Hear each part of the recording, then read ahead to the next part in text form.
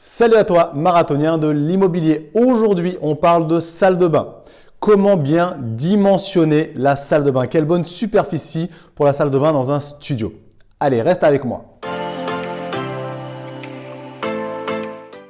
Alors, aujourd'hui, on est, comme je te l'ai dit, donc dans mon immeuble de rapport où je suis en train de terminer 5 studios. On a une petite problématique de savoir quelle superficie mettre pour que ce soit toujours quand même suffisamment grand et que ça ne prenne pas trop de place non plus dans l'appartement, dans les appartements.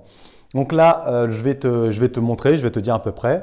Mais avant, n'oublie pas, rejoins-moi dans le groupe Facebook Investir dans un immeuble de rapport juste en dessous. Tu cliques, tu nous rejoins. Donc, c'est un groupe sur Facebook et comme ça, tu pourras ensuite nous rejoindre. Donc, comme tu peux le voir là, on est dans un studio.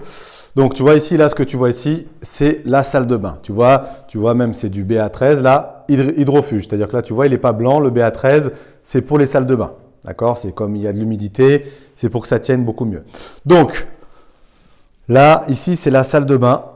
Et ce qu'il faut, franchement, une salle de bain en moyenne, 2 mètres sur 2 mètres, c'est correct. Nous, ici, on a fait 2,20 mètres sur 1,70 m. D'accord? Et le tout, en fait, c'est toujours la même chose, c'est de se prendre la tête pour savoir comment on va rentrer. Il y avait plusieurs solutions. Donc, on pouvait mettre la baignoire ici. On peut mettre ensuite le toilette qui sera là. On peut mettre le lavabo ici. Donc, voilà. Donc, l'idée, en tout cas, c'est de bien prévoir tout ce qu'il faut à l'avance. Donc, voilà. Donc, comme ça permet d'avoir une salle de bain. Donc, et aussi pareil. Donc, là, ce qu'on a mis ici, c'est une porte coulissante. D'accord? Comme ça permet de ne pas prendre de place quand on ouvre. C'est plus joli quand on rentre. Donc, voilà. Donc là, c'est…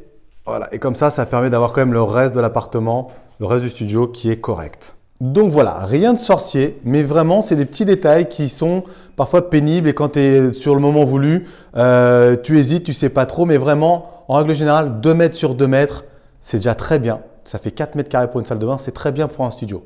Ok? Donc ça, c'est des chiffres à retenir et tu t'en serviras, j'en suis sûr. Donc n'oublie pas maintenant de nous rejoindre sur le groupe Facebook. En dessous, tu peux aussi rejoindre l'Académie des marathoniens de l'immobilier. Donc c'est une formation, donc il y a plusieurs formations dedans, dont une qui est sur les travaux. Si ça t'intéresse, tu peux faire la demande en message privé ou en commentaire comme tu veux. Allez, à bientôt!